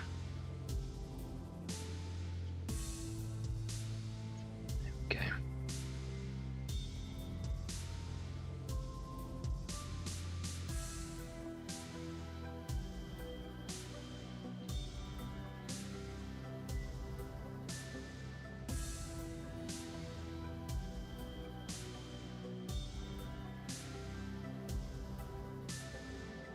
quite tricky to paint. I'm going to paint my little bit at the bottom here is like the cap to the hand grip. And a little ring sticking off the bottom there. Cause says, sound is all good, and Jeff says fine. Lovely, thank you very much.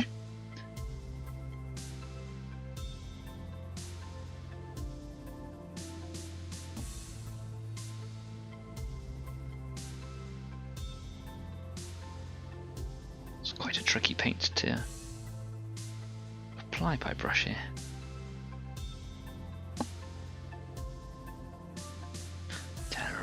Let's do the other side.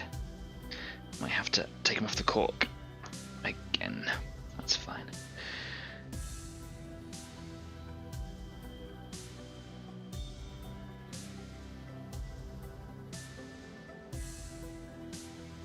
Oh, I got a little bit on the barrels there, but that's okay. I'll highlight those with a brighter silver and hide that anyway. I was considering drilling a little barrel hole out, but it's such a small area there. That I didn't. I am a big fan of drilling out barrels. I think it makes them look quite toyish if they are not drilled out. And I get that they are kind of toys, but you know, I like to put the effort in to hide that.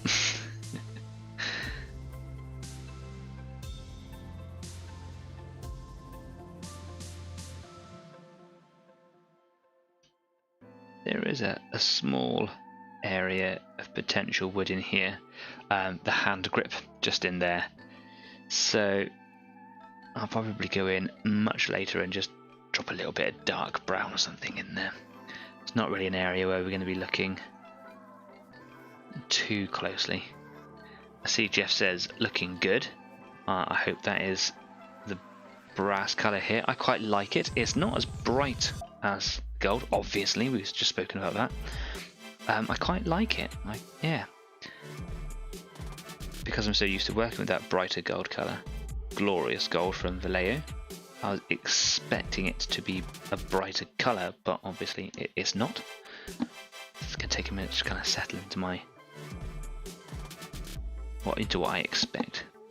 If that makes sense. You know, when you're painting, you have like an expectation of what it's going to look like, and you're painting, you go like, oh, that's not what I was thinking. It's quite a thin pigment, so it's just taking a minute to kind of work around. It's very thin. Not really worried about getting on his hand so much because I'm going to paint that hand black most likely. I think this colour is going to look quite good as well on all the pipe work on them. All those cables or whatever they are, either this one or the bronze colour, which is a little bit brighter. Again, maybe it'll be a combination of the two. One is a highlight to the other. Don't know yet.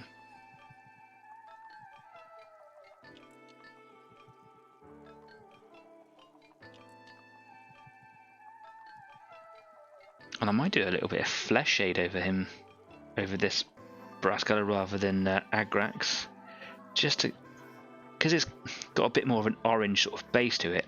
It'll add a warmer tone, as where Agrax can be quite colder. It can be very aggressive sort of shade, which I don't want to happen. I want it to stay. Want it to stay in the warm zone. Now, the Grimdark Compendium goes on to talk about color temperature and how you want there to be a difference between, well, not a difference, but a contrast between warm and cold, and make them quite unnatural in their appearance. But I don't want that on this model. I don't want that on it as a theme. I want them all to be quite warm. I don't know why. It's just what's in my head.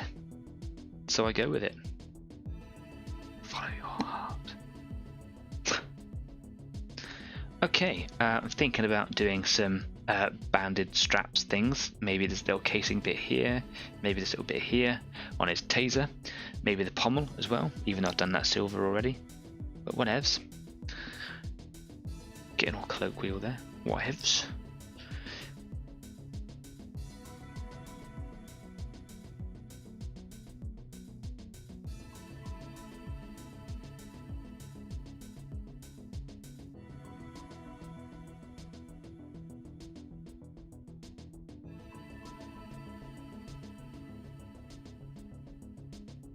It's gone really smoothly now.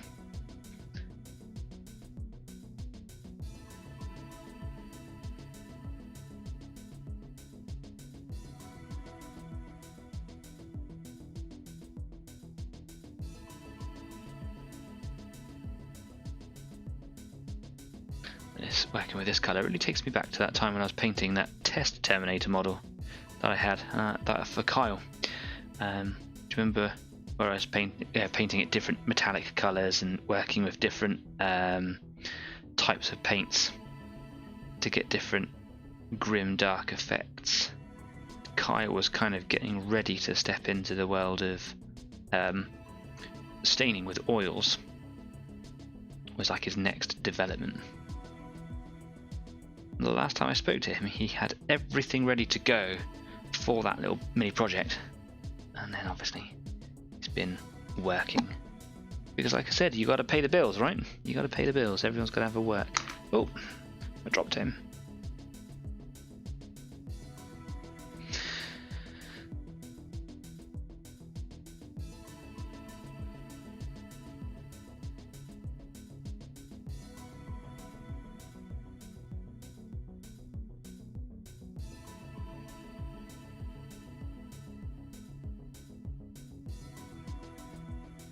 Holding my breath, and I need to breathe.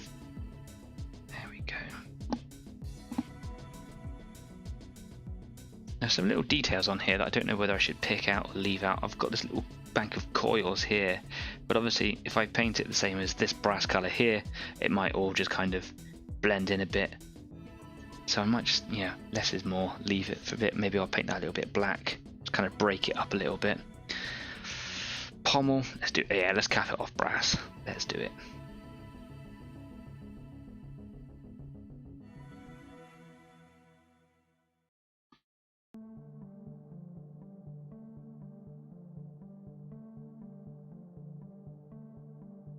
I like saying brass with my accent.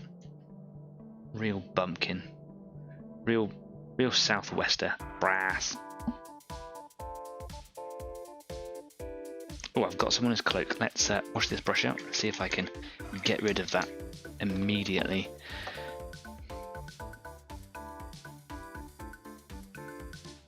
That was a slight slip there.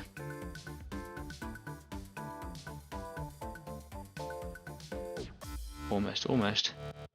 Come on. Keep going. There. There we go. Okay, cool. As I was flicking the brush there, I was kind of getting some little splatters of brass on his cloak, so it just goes to show you that even though you think your brush is washed out, you really do need to wash it out. So yeah, on here, these little hoses are going to be black, and then this little pipe here, there'll be brass colour as well. I quite like this toned down version of gold, if you like. It's quite a bit nicer. I'm just going to make a second pass over it, just over the side of this gun here, just see what that does. Might be a bit too soon. No, it's good timing. It's another rogue bristle just there. Go away.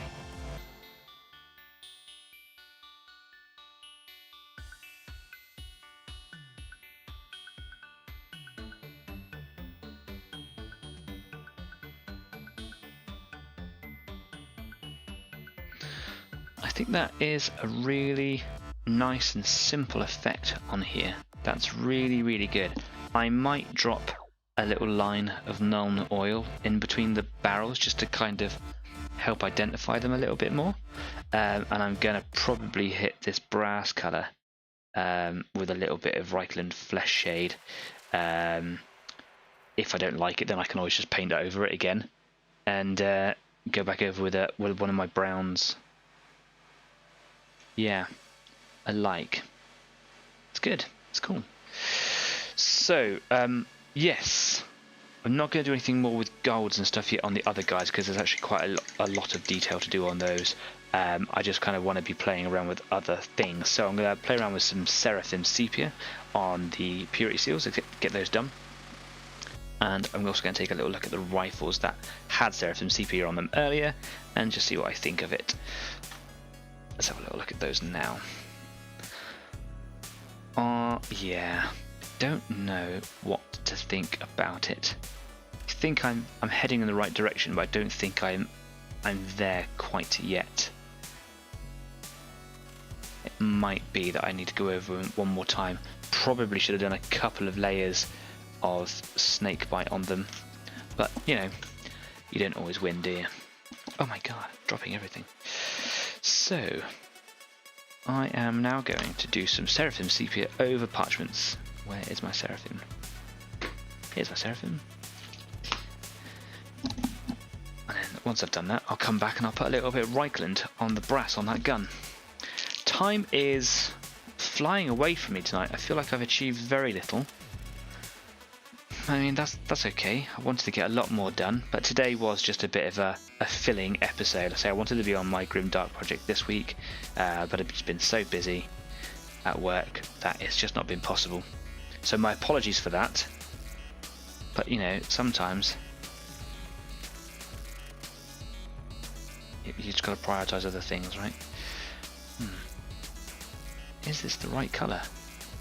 I don't think it is, you know. I think I need to go to Agrax Earthshade. Okay, let's do that. That's what I've always used in the past.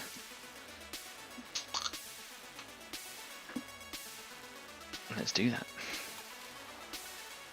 I will wash that Seraphim away. It's an interesting development. I didn't expect that to be the case. I'll just dry that off. There we go. Okay, cool. I'm actually going to use a slightly smaller brush for this. So, to my war painter brush.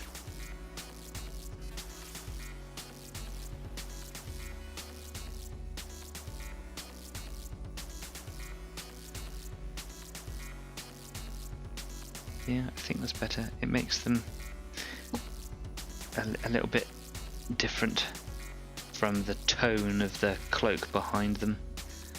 And as I kind of outline it against the cloak, it makes it stand out a bit. But I think this is a better choice.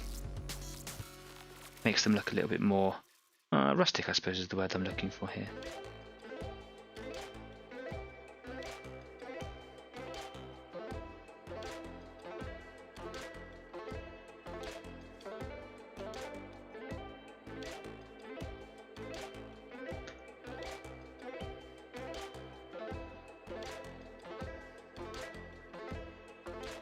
Being quite heavy with this application, because again I kind of let that just sit there and then I come back for it in a minute and then I'll just like use capillary action again, good old capillary action, to just kind of remove the pools. But I won't leave it on there too long, so I'll probably come back after this next one and see what we're doing. Oh, he doesn't have any. Sorry mate. Get to this guy here.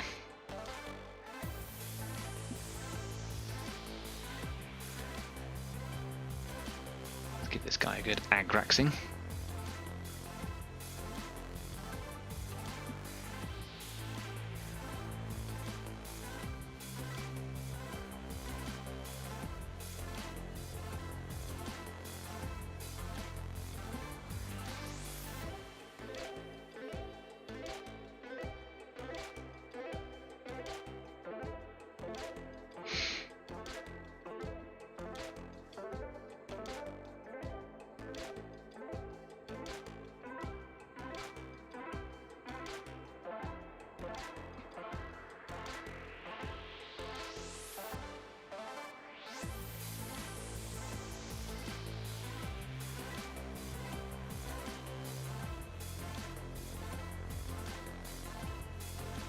Can't get it to stay in the right place there.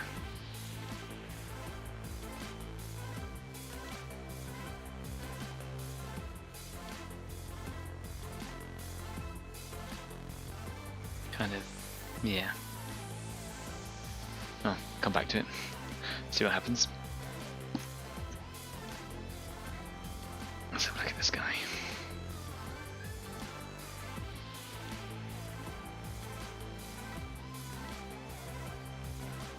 I'm not going to take any of that off. I'm just going to leave it.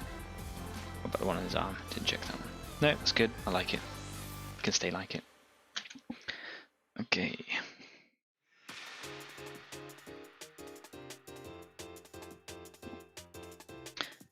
We've got one on the inside of the cloak. And a bit of snake bite to do on this guy because he's got a little leather pouch in there. I should have painted that the off-white colour earlier, shouldn't I? That's a little job for me to do later on, perhaps. Easy to forget where I am. I get so excited. This is probably why all my jobs take so long.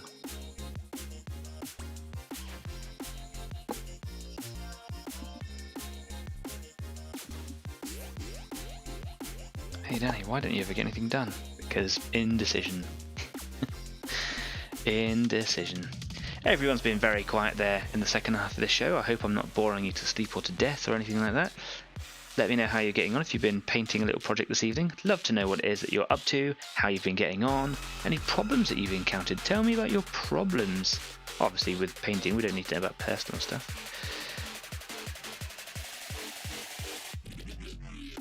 That's what Discord's for. Come and have a chat with the rest of the community after the show. I'll be on there for a little bit. As will I'm sure a few others.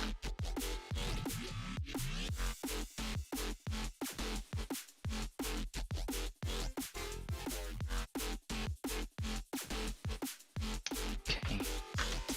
That's all of these purity seals done there. Let's go to the legs, have a little look down here.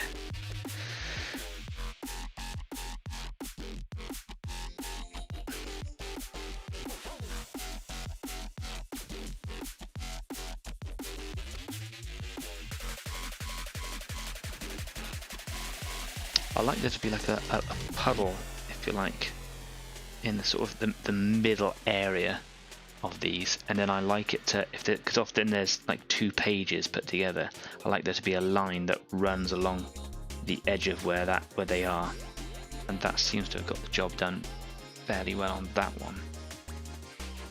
I'm just going to leave him stored like that though, because I don't want the paint to run and settle. It doesn't take very long for this product to actually set. It'll stay wet for a while, but the pigment seems to stay in place quite quickly.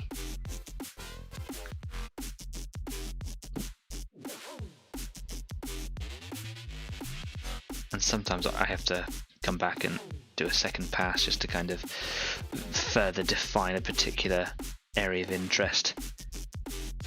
Or it has run away and pooled and not done a very good job of being where I wanted it to be, for example. Like this one here, just seems to want to run into the back area of that knee. Even if I'm doing that capillary action, is pushing it up there.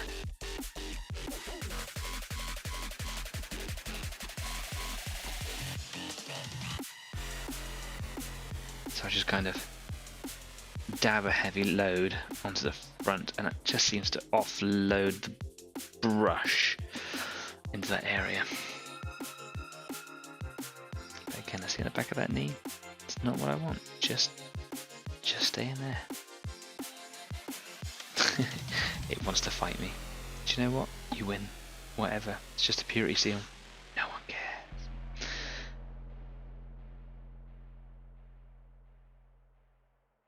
Oh, don't roll over there.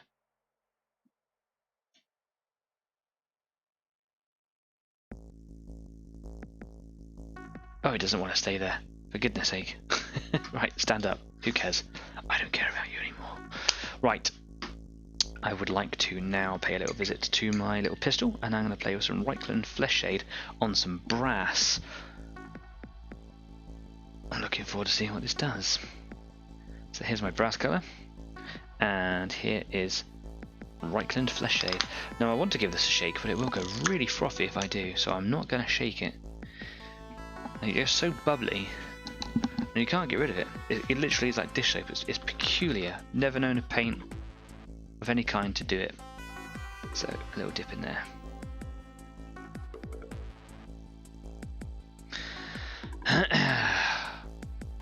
Actually, I probably could do with my other brush, because it's got a better point. So let's get that bad boy back again. Here we are. Back with my Kalinsky. We are pretty much at the end of the show, so I'm going to carry on for a few more minutes. I was a couple of minutes later starting today. That, I think, is an ideal colour to wash this brass colour down with. It's got a real orangey sort of appearance to it, if you can see that so well. It's a really nice colour. I mean, it's ideal for doing flesh, clearly. So it has those warmer tones, as with the Agrax Earthshade is really quite a colder colour. So where I'm trying to keep my palette warm, this is an ideal substitute for Agrax. And is not so aggressive or cartoony as black would be.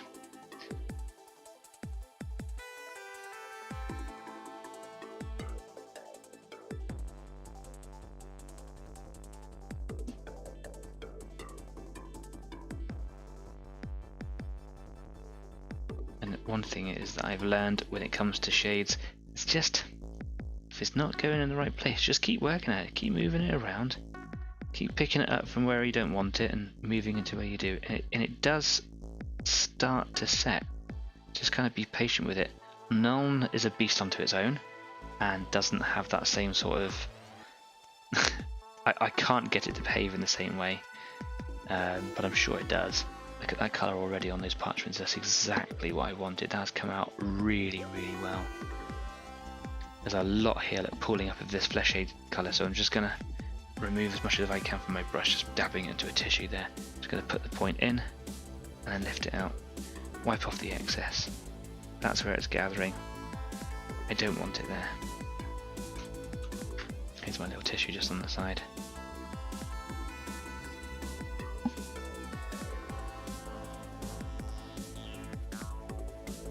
It doesn't matter so much here. I mean, that's going to be a glove, but obviously this is an area of, it's the destination of the path of least resistance, and where I'm putting it on, keep on applying it, keep on applying it, it's just running to that one location.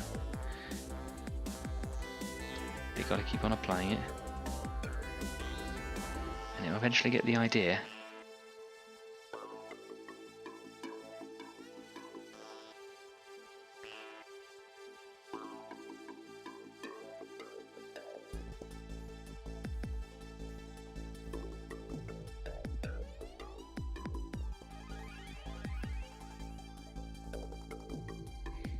In on the barrels in there, so again I'm just gonna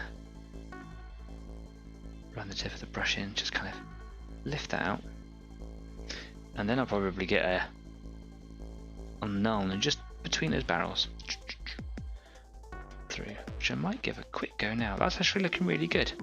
It's kind of brought a lot of the definition out that I wanted. Maybe just bring it a little bit closer to that. I'll use my little zoom function here. Come on, zoom. Yeah, that's looking really cool. I'm liking it. Colour on these has worked really, really well. And you can see the difference here from this brass on the gun to the brass here on the sword. There's a lot more depth to the pistol already. Just going to add against a little bit more here.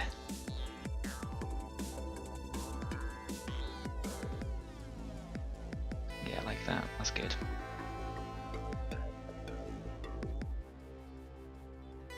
There's a couple of lines at the back up there. Around these details, there's quite a thin paint, probably because I haven't shaken it, and that's a deliberate move. I'll give it a go shaking later on, see if it, it's still easy to work with. Get a little bit on the sword here.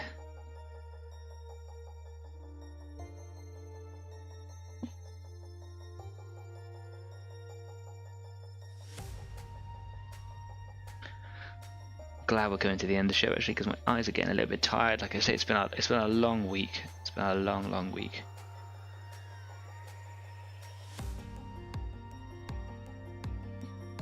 That is not looking too bad at all.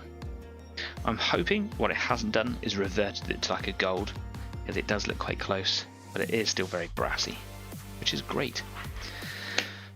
Just going to make sure that lid is down nice and tight. Wonderful. And I'm going to go to a bit of Nuln. Oh, dangerous territory. Dangerous territory. Give it a bit of a shake. Jeff says, I had a row with a scalpel the other day. I lost. So been a bit slow with working at the mo. I'm sorry to hear that. Hopefully it's not been too bad for you. Just going to wash my brush out there. Yes, danger of the trade, I suppose. Regular surgical strikes. I'm gonna get just a small amount of this Nuln on the end of this brush, and I am just going to hopefully drop some lines in between the barrels. Yeah, that's it. That's what I wanted.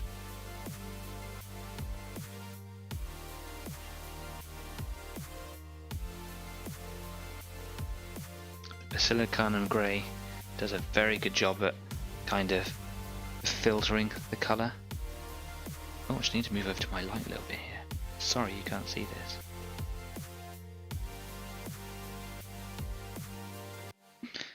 Yeah, the Basilicanum Grey does a very good job of filtering the colour silver,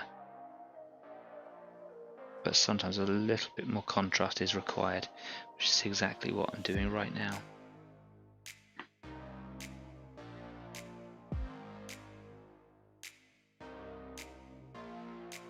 And there, and again here, like I could if I probably should. Just gonna wash my brush out because a little bit of that Reichland flesh shade has just run down the end of the taser here. Just gonna lift that out. There we go. And then back in with some Nuln. I'm just gonna run it between those two poles, if you like, I suppose.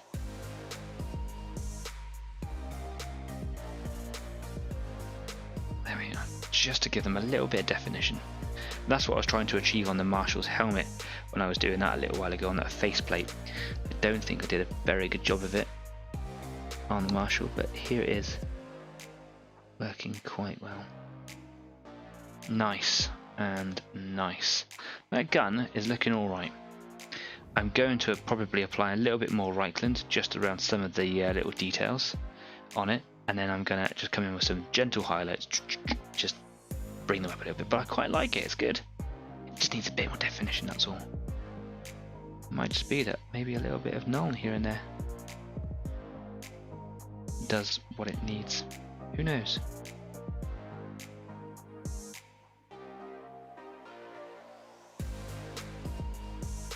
Anyway, there we go.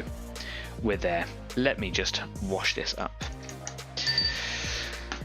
Oh.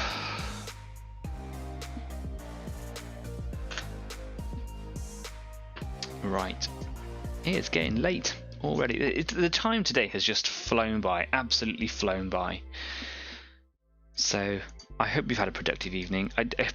Again, one of those things where it feels like you're having a productive evening, but it probably has been quite productive.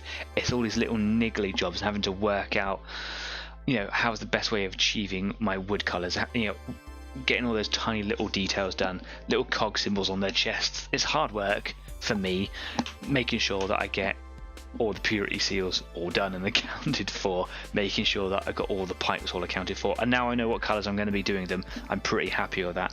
So I'm going to give them all the pipes, all of the wires or whatever, they're all going to be brass. I will give them a gentle wash with a bit of Reichland. When that's all set, I'm going to go over with a bit of bright bronze just to give them a bit of an edge, make them stand out a little bit. And then all the hoses are all going to be black. I'm probably going to hit them just with an ever so slight accent, like a highlight of like a mid grey, just to bring out the ridges on hoses a little bit. I've seen that done on Games Workshop, and even though I'm not a big fan of the box art of Games Workshop, I quite like the effect of that. Jeff has gone on to say, good old super glue. Oh yeah, good old super glue for your fingers. Nice. Yeah, well, that's what it was invented for, wasn't it? So yeah, hope you still have many fingers left. Yeah, that's it's one of those days. Just little bits. I hope you guys have had a productive evening. I'm really looking forward to next week. I'm going to try and get as much preparation as I possibly can done for that show over the week. I'm going to try and get as much done here as I possibly can on these little fellas here as well. That'll be awesome. I'd love to find out what it is that you guys have been up to this evening, so do feel free to head on over to Facebook, drop some pictures up there, let me know how your projects are going, and until next week, I suppose, take care of yourselves, stay safe, be kind, and keep on painting. And until next week, I'll see you soon. Take care now. Bye-bye.